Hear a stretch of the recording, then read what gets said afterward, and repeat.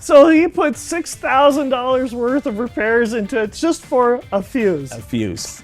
And that situation, you have to be really specific, really aware of what you're looking for. I mean, you may check all the fuses, but a lot of technicians or a lot of people, they don't check if they're missing a fuse. And I always find that like a test. I always go like, somebody's trying to test me. Yeah. This is Small Business Celebration, where we introduce you to successful small business owners at their place of business so that you can learn something that you can use today to grow a strong and profitable business and get your next big breakthrough. The on-off switch is used to switch the control panel on and off or to initiate a forced switch off. If a fault occurs... What are you doing? My friend's BMW isn't working, and I told him I'd help him. I'm trying to translate this German language textbook into English. I don't know what I'm doing. Why don't you just ask the guest?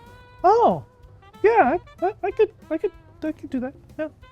Welcome to another fantastic episode of Small Business Celebration. And before we get started, I want to welcome a brand new audience, the legendary Outlaw 95.9 radio station audience. And you can listen to Small Business Celebration Saturday mornings at 8 a.m. on Outlaw 95.9.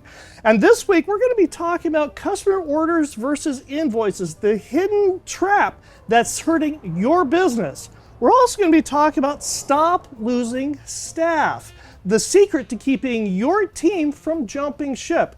And to guide us this week is Peter Munguia, the owner of Bakersfield Motor Works. Welcome to Small Business Celebration. Nice having me here. And for Visioneers who don't know who you are you and what is it that you do? My name is Peter Munguia, and I am the owner of Bakersfield Motor Works, automotive shop. For Visioneers who aren't familiar with your shop, you're like the guy to go to for BMWs, Mercedes, anything German. We have a great reputation around Bakersfield. Yeah, definitely a great place to bring your German cars for services and repairs. Now, for Visioneers who don't know, you're not from Bakersfield, but you got your start in LA at a trade school to learn how to do this. Yes, I'm originally from Orange County, and I went to UTI, United Technical Institute, in Rancho Cucamonga. Why Bakersfield? Bakersfield at that time gave me a good opportunity for housing, and family as well. But definitely one of the options was housing and, starting a business. That was one of the great things about it. When you came to Bakersfield, you went to work for? BMW Bakersfield. Why there? They actually, paid for my school, my technical school. Really? Yeah, they paid off my technical school for BMW of North America, and I came over here as a contract for 3 years. During that time, you began to fine-tune your skills as an automotive repair technician. What made you want to open your own business? What made me open the business was basically the experience that I had, the knowledge that I had, and I started just seeing that I can do those things for myself. I can, purchase the lifts, purchase the things that I needed to do, and get my own space to become my own person, my own business. And what point made you move here and get this building? Well, for 10 years I was working. I had the shop area, which was an RV place in the house. Right. And that RV place I converted into a shop, and I had all my tools, I had everything, all the special equipment and rooms, closets, I had parts and things like that. You were fixing carburetors on the kitchen table? Something like that. And I eventually I got to the point where I was getting like 3 or 4 tow trucks bringing in cars a day. To your house? Yeah, to my house. And I was, I have to get a shop. So eventually I found this location close to the house, and I made it my shop. But you didn't do this alone. I did not. I actually, I was traveling and I was partying a lot. So right. I was going out a lot, and I didn't want to be like just stuck here. I didn't want to be a slave to the workplace. I asked for help. I eventually got a business partner, which he can cover while I was gone. Who is? Jose Hernandez, which we call Chepe. Yeah. And he's still with you? Definitely. It's a great partnership because he has, he's older and he has that older knowledge, and I have the newer knowledge of electrical, new technology and all of that. So he can fix carburetors and you can do fuel injectors. Yes. And so back and forth, we help each other. It's a good partnership. Tell me the day where you walked into BMW Bakersfield and said, I've got to go on my own full time. It was the day that my daughter was born. I already knew that at some point that when my daughter was born, I couldn't work 2 jobs anymore. I had to just do one specific thing, and I had to choose between BMW Bakersfield or my shop. And I walked in and I said, you know what, my daughter was born this morning. I need my family leave, I need my vacation, and at that point I decided to come here full time. And how many years ago was that? That was 8 years ago. My daughter was born 8 years ago, but I already had the shop open for some time.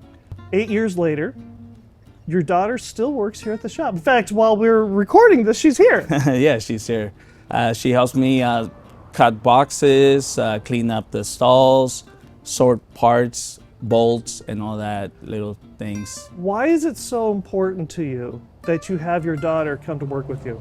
It is highly important for my daughter to learn the skills now, because I don't want her to be, nowadays there's a lot of kids that have never worked, that they don't know the value of money.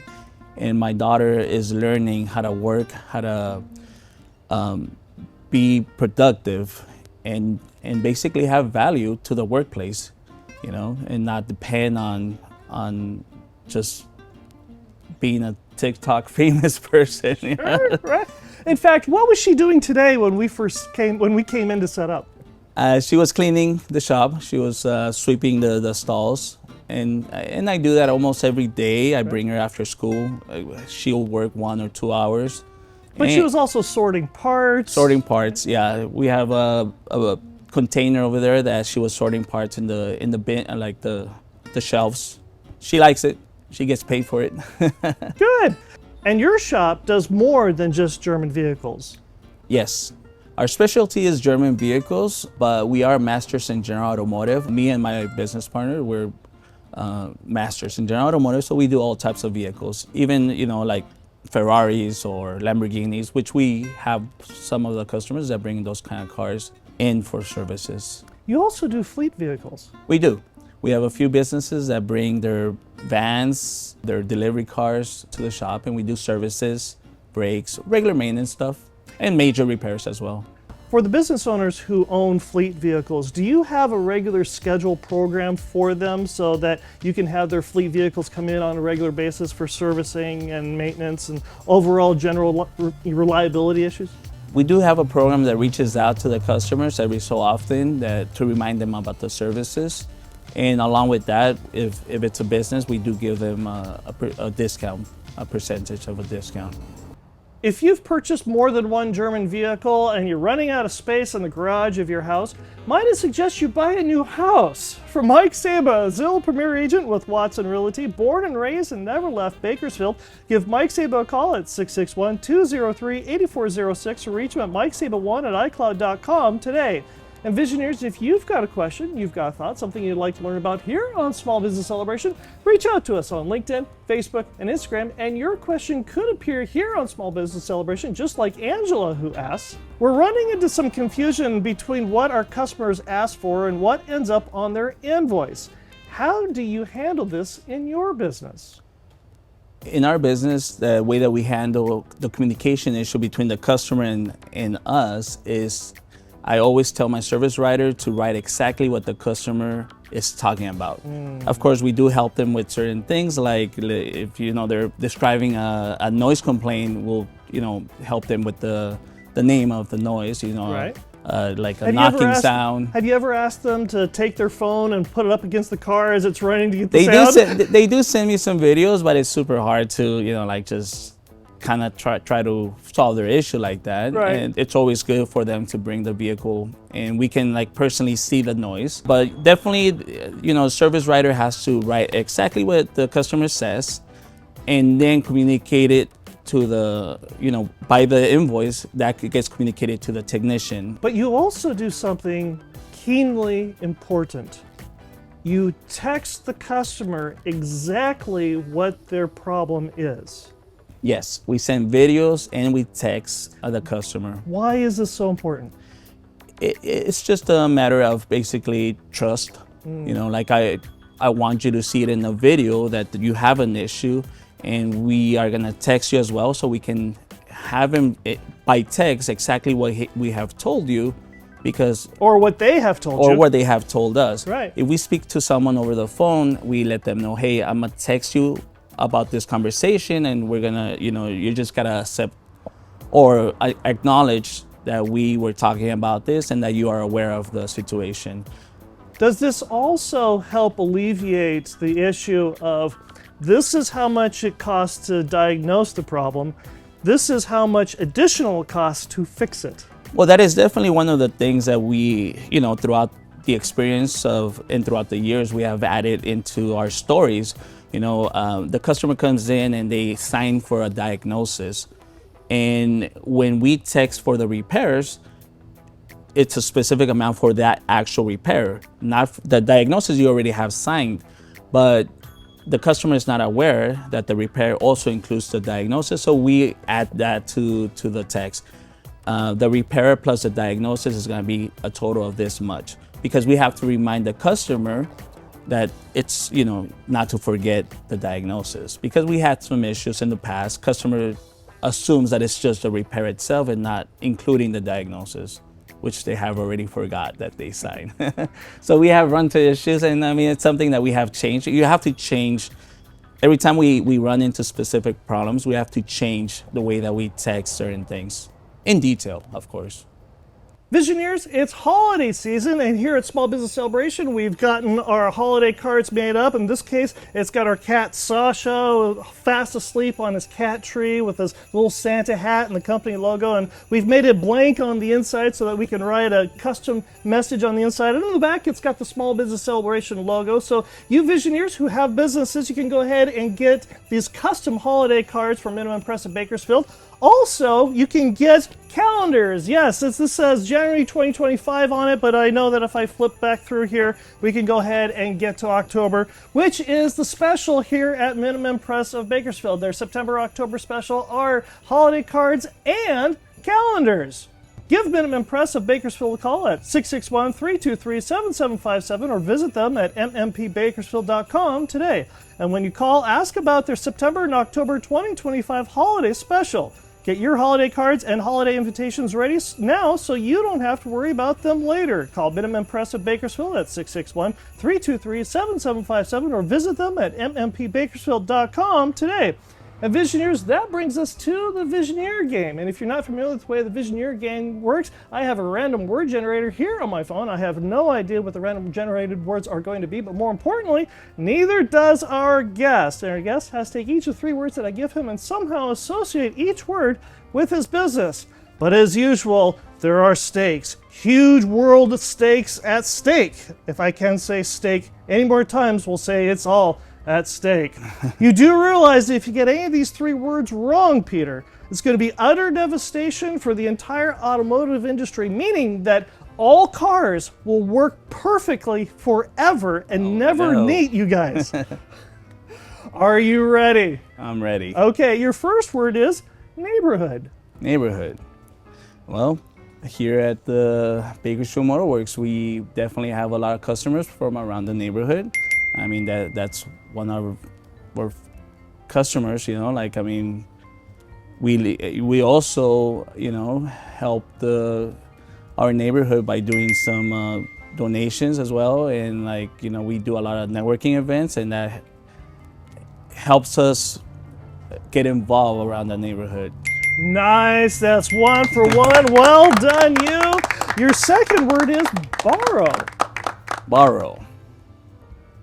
Ooh, that's complicated. Complicated. Borrow. Well, I would say that, sometimes being a business and having business friends, we help each other around the city.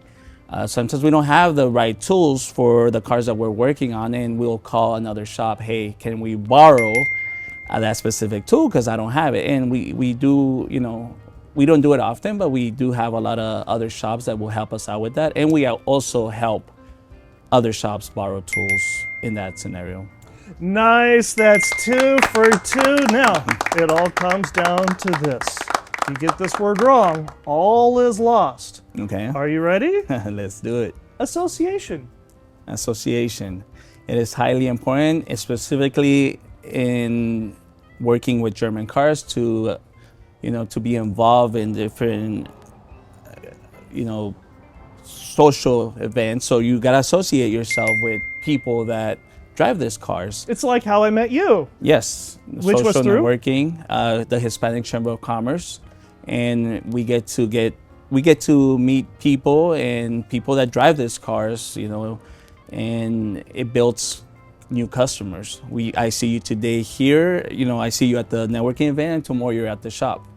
So definitely association is a great scenario. Well done, you. That's 3 for 3. You have saved the automotive world as we speak. Congratulations. Oh, thank you.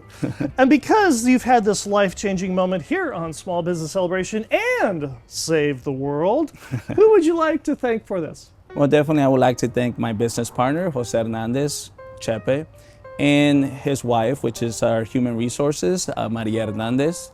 And definitely she has gotten us out of a lot of bad events. She moves us forward. That's basically what happens here. She started working with you how many years ago? That was around the same time, almost 10 years, I would say.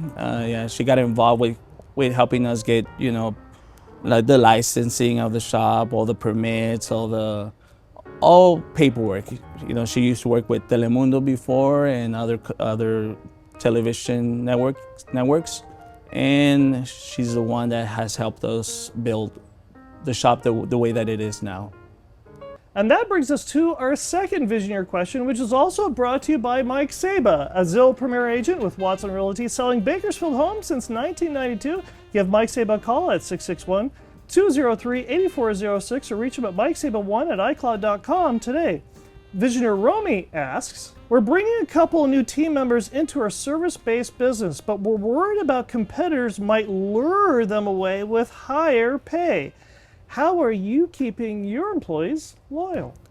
Well, definitely as a small business, it's pretty hard to compete with, other businesses with pay and stuff like that, but definitely treating them with respect and, helping them with personal issues, like, for example, fixing their cars, helping them fix their cars, or allowing them to bring in personal vehicles and, whatever they need for their families. That builds friendship, that builds loyalty, and when the shop does well, we do give them bonuses, and also vacation time. Like whenever they need vacation, they're free to do so. Like we don't give them a hard time in that situation. If their kid gets sick at school, you say, yeah, go take care of Yeah, their definitely. kid? I mean, we can be in the middle of the day, and they have to do something. They get an emergency. They can. I don't give them a hard time. It's okay, take care of it, and I take over the extra load on it. Tell me your favorite fix-it story. Everybody's got one. What's your favorite fix-it story? One of the ones that I tell the most is there was this customer that had already replaced around $6,000 of parts, fuel parts, like fuel pumps, fuel line with pressure sensor, fuel injectors, and every time they will drive it in the street, it will basically like put the check engine light on. It will give the check engine light, loss of power, check engine light. And eventually the technician that was working on it, he brought the car and he said, hey, we have already replaced all of this, he has already done all of this, and we cannot seem to fix the car. So eventually I said, okay, well, put it in my stall, I'll look into it. So let me start from the basics. I started from the basics, And the basics was scan the codes and then check fuses. I checked fuses, and eventually I saw that they were all fine, but it was missing one fuse. Oh no. I put the fuse in, and the car worked. So he put $6,000 worth of repairs into it just for a fuse. A fuse. And that situation, you have to be really specific, really aware of what you're looking for. I mean, you may check all the fuses, but a lot of technicians or a lot of people, they don't check if they're missing a fuse. And I always find that like a test. I always go like, somebody's trying to test me. Like a fuse cannot be just missing just because somebody is testing me. You mentioned earlier in this conversation that you repair exotic cars like Ferraris and Lamborghinis. And those exotic cars are notorious because they are all hand built, that sometimes waiting to get parts for these exotic cars can take a while. If somebody were to bring in a Ferrari or a Lamborghini, as you were talking about earlier, how long is the wait time for a part to come in from Italy to repair the vehicle? Usually, it'll be like around a week to 2 weeks of Really? waiting time. Yeah. Wow. Depending on the vehicle that we're working on. But how old does the vehicle get to before you start saying this is going to take a long time to repair? I think 80s, Oh, really? vehicles from the 80s and sometimes even 90s. Right. Yeah. But it's not even exotic cars. Sometimes it's just like normal cars, Really? like an Audi, like 2015 Audi, like dealer stopped making parts. Really? So you call the dealer, hey, I need this part, and they go like, well, we're not making parts for that car anymore. It's a 2015. What are you talking about? Sure. So exotic cars, we call the dealerships, and most of them they're making something. Right. But Audis or stuff like that. At some point, you sit there and say, I need a 3D printer so I can start making parts. And not exactly. I haven't Haven't gotten to gotten there that quite point yet. Quite yet, yeah. Okay. You mentioned that you have your daughter working here. She's 8 years old. 8 years old, yeah. And she's getting into public school. Mm-hmm. And she comes down and she works for you for a couple hours a day. Correct. But not all days at school are easy. What do you tell her when she's having a bad day? Well, I do want her to have a tough skin. I basically as a dad, I am a little bit tough with her, to make her understand that life is not easy. That is the reason why I bring her over here, so she can understand that she has to work. I do explain to her, that a lot of kids don't have it as easy as she does, of course, but I do want her to learn that life is not easy, that that people are not going to treat her nice all the time, that she has to make her own decisions and have the consequences or deal with the consequences of her actions, But definitely I am supportive, and I try to make her understand. That's basically the number one thing. Make her understand about how life works. I do let her know that at the end it will work out. And like I said, it's highly important for her to understand that every decision that she makes has a consequence, and that it's no one else's fault except the decisions that she makes, she has to deal with the consequences of every decision. Peter, this has been a real treat. Thank you for joining us here on Small Business Celebration. Thank you for having me. And for Visioneers who want to reach out and get in touch with you, how do they do that?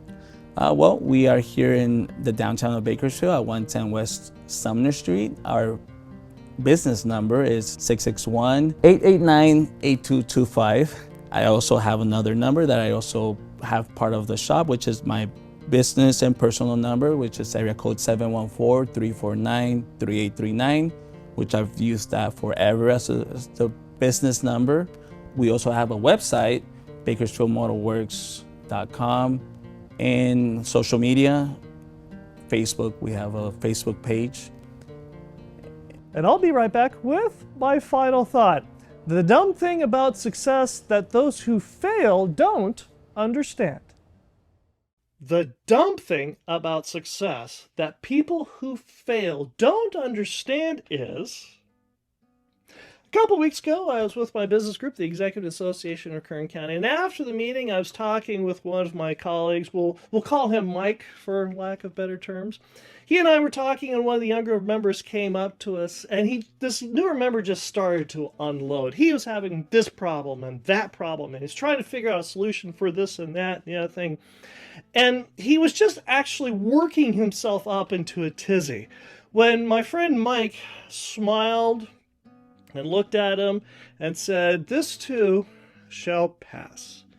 Just keep working on it." To which the younger member replied, "Well, it's easy for you to say. You're successful. You don't have these problems." To which Mike smiled and chuckled. He says, "You're right. I've had a lot more success, but the dumb thing about success is the difference between people who fail. You see, just because you're successful doesn't mean you don't have problems. They're just different kinds of problems. And the people who fail are the people who give up." So if you're having difficulties and you're having challenges going through business and life right now, and you think that there's no way that you're ever going to fix these problems, or you've got the other idea of, well, if I just solve this problem and I become successful, I will no longer have these problems. And yes, that may be true. But the truth is when you become successful, you still have problems. They're just different problems. And that's what people who fail don't understand about those who are successful. I hope you enjoyed our conversation this week here on Small Business Celebration, and I hope you learned something that you can use today to grow a strong and profitable business. And we'll see you here again next week for another fantastic episode of Small Business Celebration.